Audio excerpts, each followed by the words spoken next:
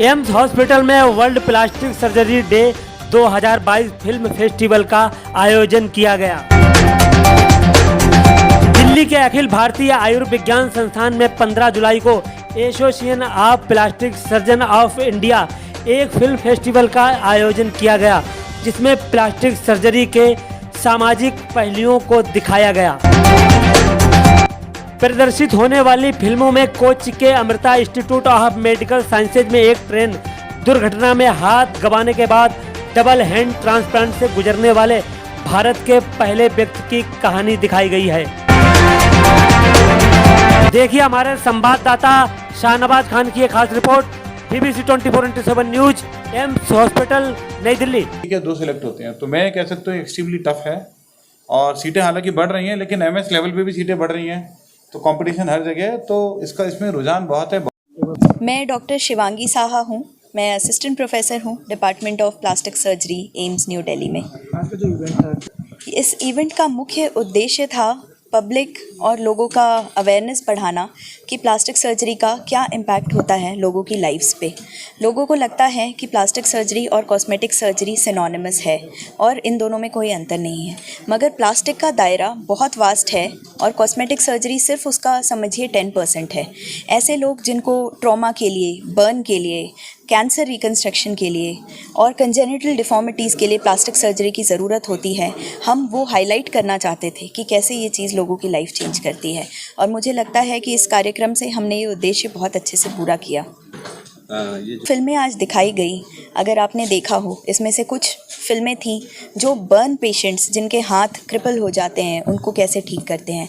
एक कैंसर का मरीज़ कि जिसकी हड्डी हटा के उसको वापस उन्हीं के शरीर से एक अंग से हड्डी लेके कैसे रिकन्स्ट्रक्ट करा गया और वो बाद में एक बॉडी बिल्डर बन गया। फिर एक मरीज़ जिसके दोनों हाथ कट गए थे एक ट्रेन जर्नी में और वो एक एम्प्यूटी हो गया था और घर से बाहर नहीं निकलना चाहता था उसकी डिसेबिलिटी की वजह से, उसको हैंड ट्रांसप्लांट किया गया और उसमें इतना कॉन्फिडेंस आया उस ट्रांसप्लांट के बाद कि वो उसी हॉस्पिटल में एक ट्रांसप्लांट काउंसलर बन गया। तो ऐसे करके ये चीज़ें लोगों की लाइफ बहुत हद तक चेंज करती हैं और इन मूवीज़ का इम्पैक्ट हम इससे दिखाना चाहते थे। इस फंक्शन का यही पर्पस था। तो आज 6 लोगों को अवार्ड दिए गए हैं। इसके अलावा 25 मूवीज़ को प्रोत्साहन पुरस्कार भी दिया गया है। जो 6 स्पेशल मूवीज़ थी जिनको अवार्ड दिया गया, उनमें 3 स्पेशल मेंशन मूवीज़ थी और 3 फर्स्ट, सेकंड, थर्ड अवार्ड थे।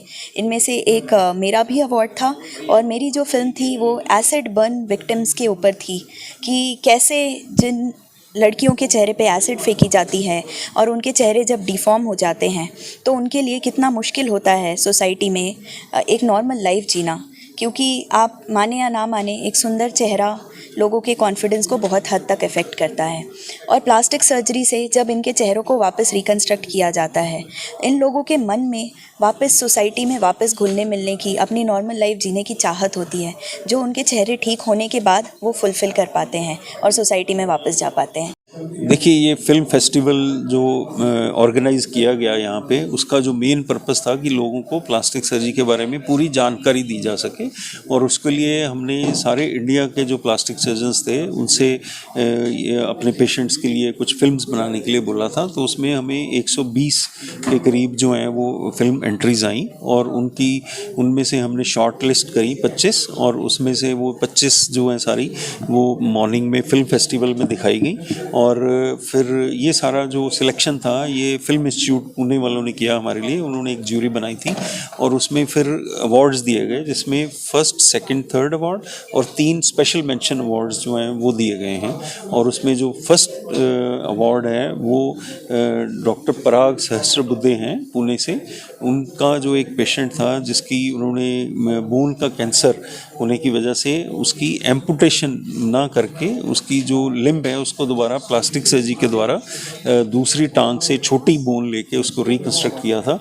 तो उसका प्राइज़ जो है फर्स्ट प्राइज़ उनको गया है।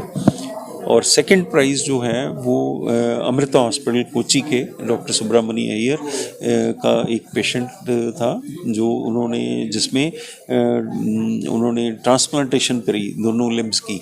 एक पेशेंट की दोनों जो हैं बाजुएं कट गई थी तो उसका ब्रेन डेड पेशेंट से लिम्स लेके ऑर्गन डोनेशन के द्वारा उनकी लिम्स जो है वो दोबारा से जोड़ी गई, तो उसको सेकंड प्राइज़ मिला। और जो थर्ड प्राइज़ है वो डॉक्टर राजा सभापति कोयम्बटूर से उनके एक पेशेंट को जो है वो ये प्राइज़ दिया गया, जिसमें कि उनकी जो सारी जो बर्न्स के पेशेंट था कि बर्न्स के पेशेंट ने कैसे उसकी लाइफ ट्रांसफॉर्म करी गई उसके बारे में थी। सर ये मोटिव क्या? इसमें मोटिव यही था कि लोगों को इसके बारे में जानकारी दी जा सके। देखिए बहुत सारे लोग आज भी जो हैं ये विकृतियां जो बर्न से पैदा हो जाती हैं या कैंसर की वजह से हो जाती हैं या जो बर्थ डिफेक्ट्स होते हैं, जो पैदाइशी डिफेक्ट होते हैं, उनके बारे में अभी भी लोगों को इस बारे में जानकारी नहीं है कि प्लास्टिक सर्जरी के द्वारा इनको ठीक किया जा सकता है। और दूसरा मकसद ये था कि लोग बहुत बार ये सोचते हैं कि प्लास्टिक सर्जरी सिर्फ लोगों को ब्यूटीफाई करने के लिए ही है, तो ऐसा नहीं है। बहुत सारी विकृतियां जो कैंसर की वजह से, बर्न्स की वजह से या एक्सीडेंट्स की वजह से पैदा हो जाती हैं, या एक्सीडेंट के इमीडिएट इलाज के लिए किसी का जो है हाथ कट जाता है या कोई टांग कुचली जाती है, उसको दोबारा से जोड़ना या दोबारा से रेस्टोर करना, वो सब भी प्लास्टिक सर्जरी के अंडर किया जा सकता है। तो मेन मकसद ये था कि लोगों को इसके बारे में जानकारी पैदा। मैं डॉक्टर मनीष सिंघल हूँ, मैं विभाग अध्यक्ष हूँ department of plastic surgery AIIMS में। आज का जो इवेंट है उसके बारे में बताया, क्या आज का जो इवेंट है हमने इसलिए ऑर्गेनाइज किया जिससे हम फिल्मों के माध्यम से ये बता सकें कि प्लास्टिक सर्जरी क्या क्या कर सकती है। जो भ्रांति है कि प्लास्टिक सर्जरी सिर्फ कॉस्मेटिक सर्जरी करती है, इसको हमने तोड़ने की कोशिश की है फिल्मों के द्वारा।